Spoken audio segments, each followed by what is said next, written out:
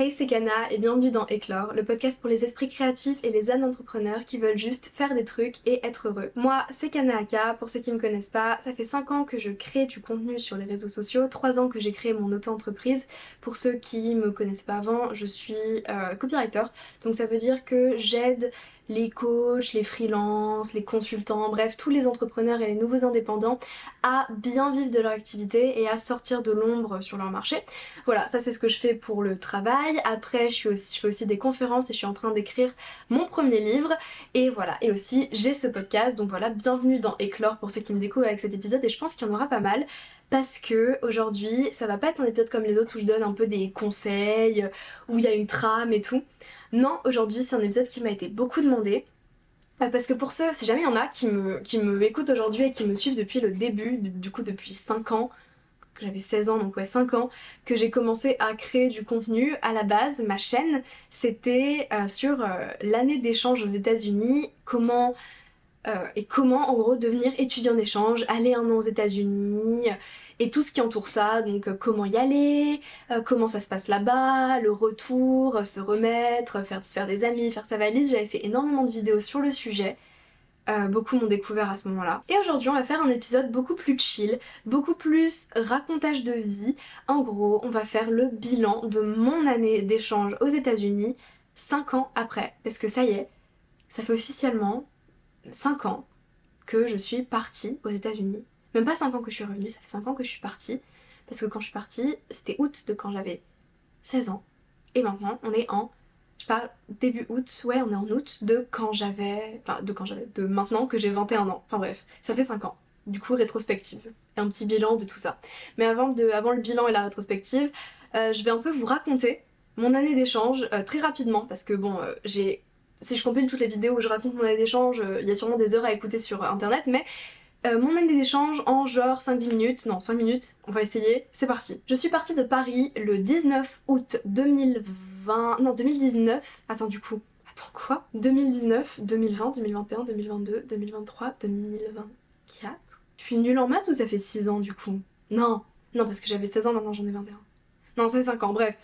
Ou alors ça fait 6 ans, de toute façon on s'en fout, ça fait longtemps. Je suis partie de Paris du coup le 19 août 2019 de l'aéroport Charles de Gaulle jusqu'à New York. J'ai dit au revoir là-bas à mon père, ma mère, ma soeur et mes 2 meilleurs amis de l'époque qui étaient venus avec moi à l'aéroport pour me dire au revoir. C'était des adieux assez déchirants, j'ai beaucoup pleuré, mais après en fait j'ai pleuré sur le coup parce que c'était triste de dire au revoir, surtout que j'avais 16 ans, c'était la première fois que je partais aussi loin de mes parents aussi longtemps et tout. Et que je quittais ma vie pour 1 an. Et en gros, une fois que je les avais plus en visu, en fait j'étais vraiment en mode ok, time to lock in, l'aventure commence. Et en fait la sensation était trop bien. J'étais trop contente parce que c'était un truc que je voulais faire depuis super longtemps. Et du coup voilà, je vais dans le terminal, je vais chercher ma porte et tout pour embarquer, je passe la sécurité, machin. Enfin non, d'abord je passe la sécurité, après j'ai cherché ma porte pour embarquer. Le premier vol était hyper long et j'arrive après à New York. Parce que ce qui se passe quand t'es étudiant d'échange, c'est que t'as ce qu'on appelle le Welcome Camp. En gros c'est 3 jours dans la ville, en général c'est la capitale, mais là vas-y c'était New York, pas Washington. C'était 3 jours dans la capitale du pays où tu es avec d'autres étudiants d'échange. Où en gros le matin t'as des un peu leçons sur les do's and don'ts, en gros ce qu'il faut absolument pas faire, comment ton pays fonctionne, comment se passe l'année d'échange, etc. Et l'après-midi, tu as des visites et tout, et du coup, moi, c'était 3 jours à New York, c'était incroyable, c'était un des meilleurs voyages de ma vie. Les guides qui nous accompagnaient étaient trop bien, j'ai fait plein de trucs, New York, c'est une ville que j'adore. Du coup, voilà, c'était génial, en plus, c'était le bordel, parce que c'était genre 40 étudiants d'échange, dont genre 20 italiens, il y avait aucun autre français. Personne d'autre, il y avait un mec qui parlait français, mais pas très bien. Parce que c'était genre une langue qu'il avait appris, genre comme si moi je me mettais à parler espagnol, c'est vraiment genre ma LV2. Et du coup, j'étais vraiment la seule française, donc j'ai été dans le bain direct il fallait que je parle anglais. À l'époque, je parlais déjà plutôt bien anglais, j'étais déjà quasiment bilingue, je me débrouillais très très bien. Mais voilà, ça m'a vraiment directement mis dans le bain, et je n'ai plus parlé français du tout, de quasiment toute l'année, à part quand j'appelais mes parents, ce qui était genre une fois tous les mois et demi. Voilà.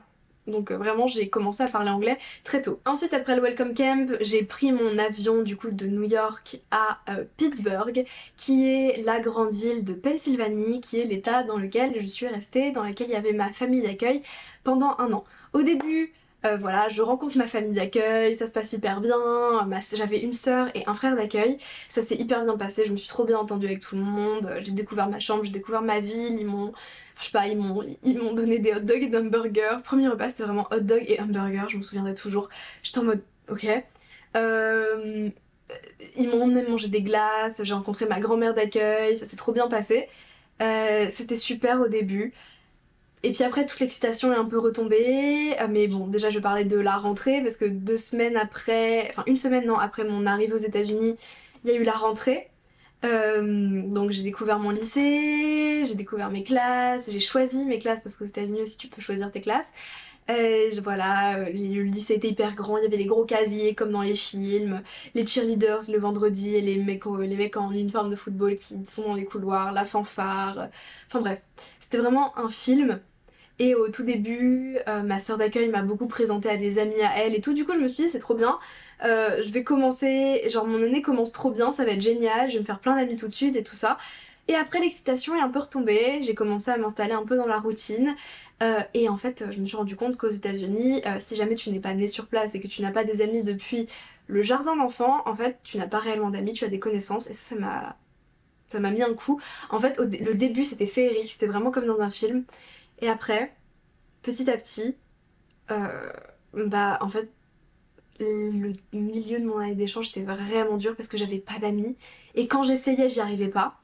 Je me souviens, j'étais dans le drama club, j'étais dans une pièce de théâtre et tout. Et enfin, en fait, j'étais un peu en mode phase de déprime de milieu d'année. J'étais pas bien, j'avais le mal du pays. La bouffe française me manquait de fou parce que aux États-Unis, j'avais la sensation d'avoir tout le temps faim parce que quand je me nourrissais, c'était pas vraiment nourrissant et je prenais du poids à vue d'œil et tout, enfin c'était vraiment compliqué. Il y avait des événements très très cool, genre Halloween, c'était trop bien, on a fait la Fashion Week à New York, on est retourné à New York avec ma famille d'accueil, enfin ma mère d'accueil, ma soeur d'accueil, pour aller à la Fashion Week parce que ma soeur d'accueil était modèle.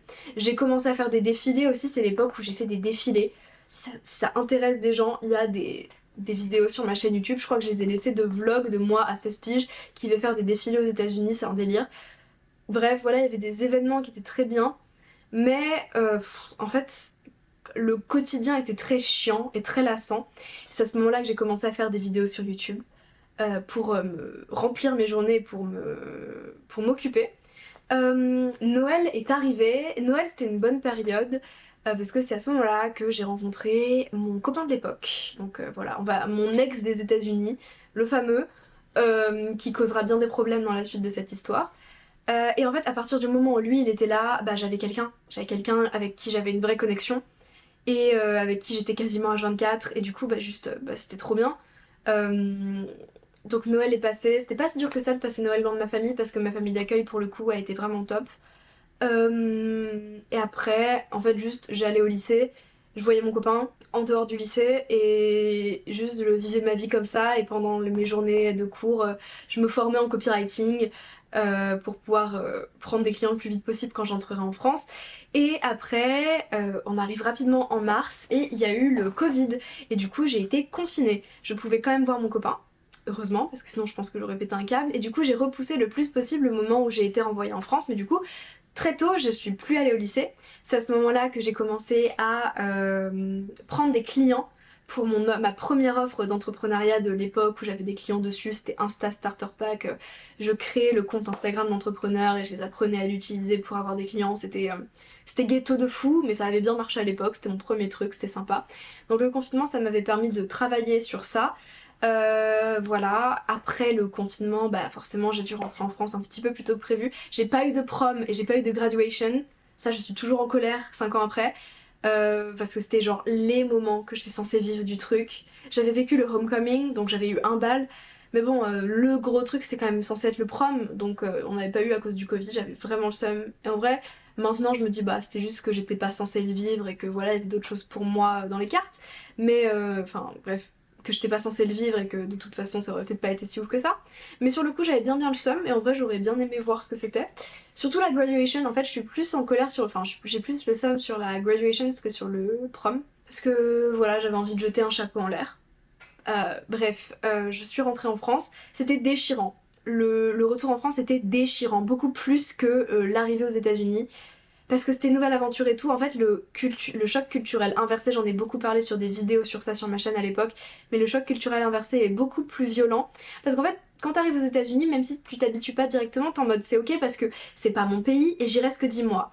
Là, quand tu rentres en France et que tu te rends compte que enfin, que déjà c'est compliqué parce qu'il y a ce choc culturel inversé, mais qu'en plus, avec mes amis de l'époque, ça allait plus. On était trop en décalage, on n'était plus du tout alignés, enfin bref, ça n'allait plus. Tu te rends compte de tout ça, tu te dis merde, ok, ça va être chiant. Et en fait, du coup, tout ça fait que le choc culturel inversé est horrible, et en plus, à ce moment-là, c'est là que ça a commencé à se dégrader avec mon copain de l'époque, qui était mon premier amour. Donc forcément, compliqué à gérer. Du coup, bah voilà, je rentre en France, c'est horrible, horrible, pendant l'été 2020, c'est le pire été de ma life, j'en ai fait des vidéos à l'époque, elles sont toujours sur YouTube, quasiment tout est toujours sur YouTube d'ailleurs, j'ai rien supprimé, mais genre l'été 2020 c'était horrible, c'est là que j'ai commencé à faire de saison en saison, qui est la série dans laquelle en gros je parle de mes objectifs chaque saison, de si j'ai atteint ceux de la saison précédente, de mes objectifs pour la saison suivante, et où genre je fais un best-of de tous mes moments de vie, enfin bref, je la tiens toujours 5 ans après. C'est là que j'ai commencé à faire cette série. Du coup, je vais pas parler en détail de ma relation avec mon ex qui du coup se dégrade et on finit par rompre genre quasiment un an après. Ouais, un an après. Parce que je suis rentrée en, en juin, début juin, enfin fin mai, mais en juin 2020 et qu'on a rompu en juin 2021. Du coup, oui, la relation avec mon copain était horrible pendant un an. Il n'y a pas eu un moment heureux pendant, enfin si, mais genre c'était très éphémère et c'était genre vraiment horrible pendant un an. À distance en plus, du coup bref, ça n'a absolument pas aidé. J'avais dit peut-être qu'un jour je parlerais de ma relation, vraiment je ferais un épisode full racontage de vie sur ma relation avec mon ex des États-Unis. Peut-être un jour. Qui sait. Si vous êtes assez persistant, peut-être je finirai par craquer et le faire. Après les États-Unis, je ne suis jamais retournée au lycée parce que j'ai commencé à faire le CNED, parce qu'il faut savoir que vu qu'il n'y a pas d'équivalence entre les États-Unis et la France scolairement parlant, ou en tout cas si jamais il y en avait, c'était galère, du coup j'ai dit bon je m'en fous, je retaperai une année, de toute façon c'est pas ça qui allait m'arrêter. J'ai refait ma première, parce que quand je suis allée aux États-Unis c'était du coup quand j'étais censée rentrer en première en France, j'étais du coup en junior year, donc juste avant la graduation aux États-Unis. Du coup j'ai refait une première au CNED, j'ai fait ma terminale au CNED, en fait j'ai passé 2 ans d'isolement total et c'est ça aussi qui m'a mis un coup quand je suis rentrée, parce que non seulement ça allait pas avec mon ex, ça allait plus avec mes amis de l'époque, on était plus alignés, on était plus sur la même longueur d'onde. La plupart de mes amis de l'époque, Sam si tu écoutes cet épisode de podcast, je ne parle pas de toi. Ouais non, après, j'ai des amis de l'époque aussi qui ont évolué, avec qui ça va mieux maintenant. Il y en a avec qui je parle plus et c'est très bien comme ça, mais il y a aussi des amis avec qui j'étais plus en phase quand je suis rentrée, mais maintenant ça va mieux. Encore une fois, Sam, ce n'est pas dont toi je parle, toi on a toujours été... toi et moi on est âmes sœurs. Je sais même pas s'il écoute mes épisodes, c'est un de mes meilleurs amis. Faudra qu'on fasse un épisode de podcast ensemble d'ailleurs. Mais voilà, bref. Donc voilà, non seulement ça va pas avec mon mec, ça va pas avec mes potes, et en plus, du coup je vais pas au lycée. Je fais le CNED, c'était mon choix. Et je le regrette pas parce que ça m'a permis de me focus sur l'entrepreneuriat et de pas faire du 8h-18h parce que je pense que ça aurait été encore pire. En fait, je pense que mon état mental, si tu m'avais mis dans une salle de classe française de 8h à 18h après un an à faire du 8h-14h aux États-Unis et à avoir littéralement mon emploi du temps aux États-Unis, si je le fais de mémoire, les 2 seules classes que j'étais obligée de prendre c'était anglais et histoire. Du coup, ok. Mon emploi du temps de mémoire, en plus les classes aux États-Unis ça dure genre 40 minutes, c'est une blague. C'était vraiment histoire, prise de parole en public, ça c'était le premier semestre. Poésie, on avait une classe où on devait écrire de la poésie, c'était trop bien, c'était incroyable. Et prise de parole en public, d'ailleurs ma première vidéo YouTube qui est en ligne sur ma chaîne, c'est une interview de ma prof de prise de parole en public que j'adorais. Donc voilà, poésie. Espagnol, parce que j'avais choisi de faire une classe d'espagnol. Art, écriture créative, quelque part là-dedans il y avait lunch, et anglais. Du coup vraiment, pendant un an j'avais mon emploi du temps de rêve. Concrètement, j'ai passé un an à écrire des trucs et à peindre. Et c'était trop bien. Et du coup, quand je suis rentrée en France, j'étais en mode c'est mort, je retourne pas au lycée. Et surtout, je refais pas des maths parce que j'avais convaincu mon responsable local là-bas que j'avais pas besoin de faire de maths parce que de toute façon, il y avait pas d'équivalence et que du coup, genre, juste je perdais un an donc autant que je m'amuse. Parce qu'au début, j'avais pris des cours de maths mais je me faisais trop chier et en plus, les maths en anglais c'était un enfer sur terre. Du coup, j'ai dit non. et j'ai pris des classes d'art à la place. Et du coup, non, franchement, ça aurait été trop horrible que je rentre en France et que je me retrouve dans le système scolaire français que je n'ai jamais aimé. Hein. Une des raisons pour lesquelles je voulais partir aux États-Unis, c'était pour le fuir. Donc je savais un peu que je risquais de ne jamais y retourner. D'une manière ou d'une autre. Je savais pas encore que ça allait être le CNED, mais je savais que je ne voulais pas de toute manière retourner dans le système scolaire français. Et de toute façon, maintenant j'avais l'excuse parfaite qui était que oui, mais j'ai des clients, je commence à être entrepreneuse, je crée du contenu et tout, si jamais je suis en 8h-18h, j'aurai jamais le temps et tout, et du coup, bah, nickel. Donc je ne suis jamais retournée au lycée. Et ça n'a pas aidé au fait que je me suis sentie très seule pendant les 2 ans qui ont suivi, mais bref, du coup là, on va arrêter de parler de mon année d'échange et de ce qui a suivi, on va parler un peu plus de... Du coup, maintenant, ça fait 5 ans. Avec du recul, qu'est-ce que ça m'a apporté? En gros, le bilan un petit peu de ça, 5 ans après. Parce que de base, ma chaîne YouTube, c'était vraiment que ça, et vous me l'avez beaucoup réclamé, du fait que je parle de ça. Ce que ça m'a apporté, l'année d'échange aux États-Unis, le premier point, c'est que ça m'a apporté le recul nécessaire pour pouvoir commencer à faire ce que je voulais faire niveau projet, créer ma chaîne YouTube et commencer à entreprendre. Parce qu'en France, il y avait beaucoup ce climat de jugement au lycée, je voulais pas être la meuf qui se lance sur YouTube. Et en fait, je savais qu'être aux États-Unis, bah déjà ils allaient jamais tomber sur mon contenu parce que c'était en français, mais en plus aux États-Unis il n'y a pas du tout la même mentalité par rapport à tout ça.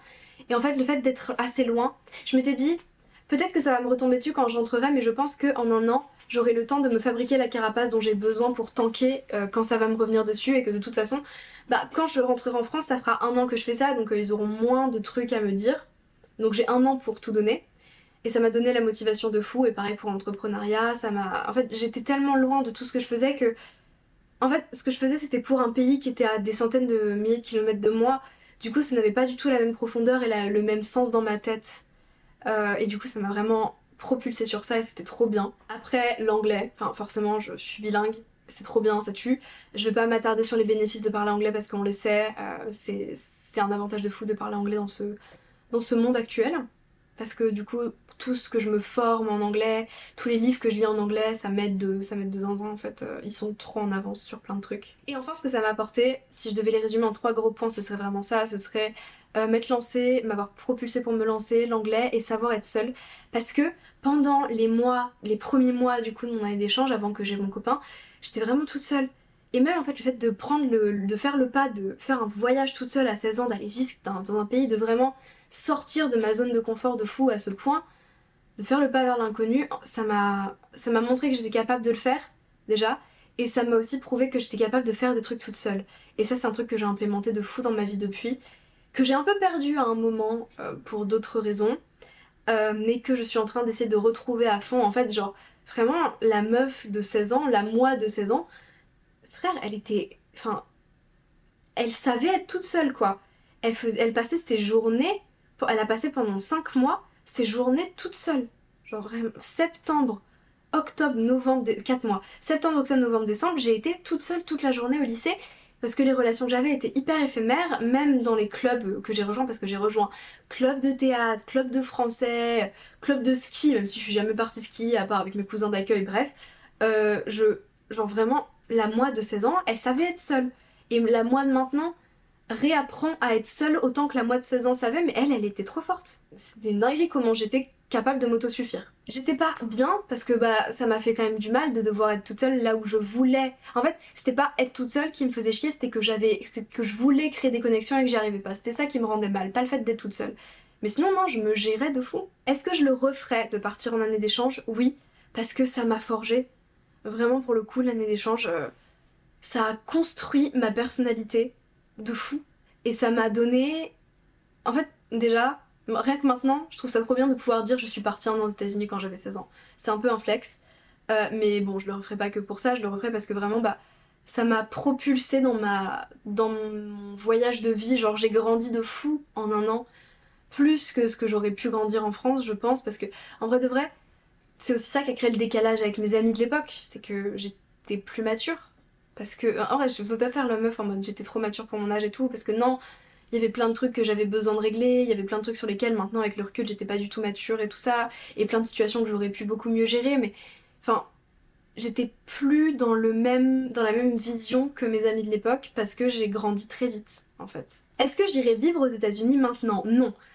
Je ne veux plus jamais vivre aux États-Unis. Jamais dire jamais. Je pense ne jamais vouloir revivre aux États-Unis. Y aller en voyage, oui. Pourquoi pas. Il y a plein de lieux aux États-Unis que j'aimerais voir. Pour l'instant, j'ai fait New York, la Pennsylvanie, du coup, vu que j'y étais 1 an. J'avais aussi fait la Floride et la Caroline du Nord au cours d'un autre voyage, quand j'avais genre 13 ans. Mais du coup, j'aimerais beaucoup visiter un peu plus des parties des États-Unis, toutes les parties que j'ai pas pu voir. Mais y vivre, je ne pense pas. C'est pas le pays dans lequel j'aime. En fait, j'aime beaucoup plus la France que les États-Unis. J'adore l'Europe, je pense vouloir vivre dans un pays d'Europe, genre en Italie ou en Espagne, mais je pense pas vouloir vivre aux États-Unis. Enfin, je sais que pour l'instant, en tout cas, la moi du présent ne veut pas vivre aux États-Unis, et même si tu me proposes d'y aller en voyage, je te dirais ouais, mais si tu me proposes d'aller n'importe où ailleurs, je te dirais oui encore plus. Genre, c'est pas que j'aime pas les États-Unis, c'est que j'avais une vision des États-Unis, et le American Dream, c'est pas. Enfin, en fait, c'était pas ce que moi. Enfin, c'était pas ce dont moi j'avais besoin. Enfin, si, c'était ce dont moi j'avais besoin à l'époque, parce que c'était le truc que je voulais faire et c'était mon rêve. Et en fait, j'ai réalisé que c'était pas si ouf que ça, et que, bah, juste, j'aime mieux d'autres voyages, et il y a d'autres voyages, il y a d'autres destinations qui me font beaucoup plus envie et qui me font beaucoup plus vibrer que les États-Unis. Est-ce que je suis encore en contact avec ma famille d'accueil? Non. Ça fait plus d'un... Non, ça va faire 1 an, putain ouais. Ça va faire plus d'1 an que je n'ai pas parlé à qui que ce soit des États-Unis. Parce que avec la rupture avec mon ex, j'ai aussi rompu avec beaucoup de connexions que j'avais là-bas, notamment avec ma famille d'accueil. En fait, c'est triste. Mais je suis pas en mauvais terme avec genre ma mère d'accueil et tout. Mais enfin, c'est juste que j'ai pas eu une si bonne expérience que ça en tant qu'étudiante d'échange. À part avec mon... Enfin, ce qui était bien, c'était vraiment ma relation de l'époque, ça m'a tirée vers le haut. Et ma relation que j'ai avec moi-même. Mais en fait, le reste, c'était pas un rêve éveillé, quoi. Genre, c'était bien, je suis très contente de l'avoir fait, j'ai vécu des très bons moments, je me suis forgé des vrais souvenirs. Mais c'était pas un rêve éveillé. Et je sais pas, j'ai pas ressenti l'envie d'entretenir beaucoup de relations, même avec mes amis, parce qu'au final j'ai réussi à me faire quelques amis à la fin, mais vraiment sur la fin de l'année. Et avec le Covid, bon, ça a tout niqué. J'ai réussi à me faire des amis, mais enfin, c'était pas... Non, c'était juste... C'était superficiel et c'était pas des relations que j'ai eu envie et que j'ai ressenti le besoin d'entretenir après. Mais voilà, je regrette pas de l'avoir fait, même si c'était pas un rêve éveillé, et aujourd'hui, je m'en sors plutôt bien. Voilà, j'espère que cet épisode d'éclore vous aura pas aidé cette fois, parce que franchement c'était juste moi qui racontais ma vie, mais j'espère qu'il vous aura plu. Si c'est le cas, n'hésitez pas à donner de l'amour au podcast, peu importe la forme que ça prend. Mettez 5 étoiles si vous êtes sur Spotify par exemple. Et voilà, moi je vous dis à la prochaine, à mardi prochain, parce que éclore c'est toutes les semaines.